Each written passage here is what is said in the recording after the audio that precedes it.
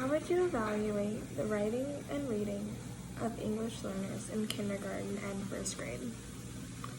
The kindergarten and first grade years are extremely important because it helps shape the mind of the child and gets them on a good path for learning in the future.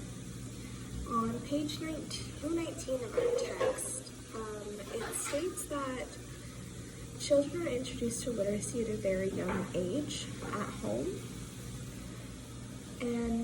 but the way that a child is exposed differ because it could be simply writing a grocery list at home, writing a letter, picking up a pen and pencil and watching an adult do it, and it just forms a remembrance of print and literacy for that child.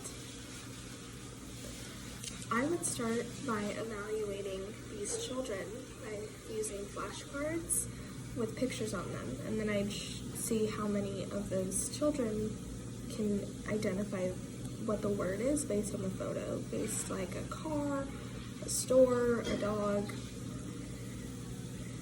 And then we would then move on to reading phrases out loud and sounding out each word as we would go along.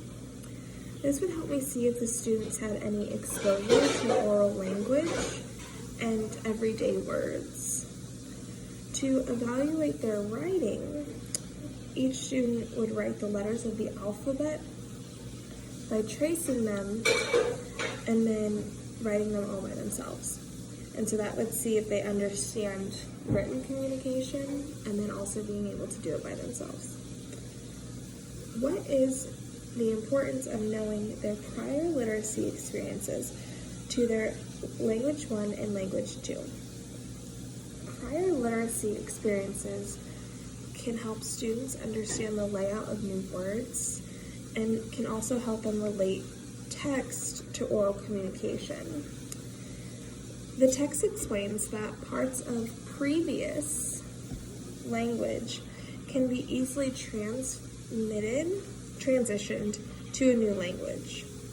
It is also important to see students have any form of literacy at home, even if it's in a different language, because we can see how involved parents are in schools and see how much students can already comprehend overall, even if it's not in English. On page 236, the text states, "One mistake teachers sometimes make is to identify a student's inability to, however, just because a On page 236 of our text, one mistake that teachers sometimes make is to identify a student's inability to pronounce words as with a lack of phonics knowledge. However, just because a student cannot identify words in English, it does not mean that they are illiterate. Like I said, understanding a previous literacy level, even if it's in a different language, can actually help a lot more than them not knowing anything at all. If an ELL has prior literacy experience in their first language before entering your classroom, how will he or she be different from another ELL who has little or no literacy experience in their L1? As I mentioned previously, students are normally introduced to some form of literacy well before they reach the classroom.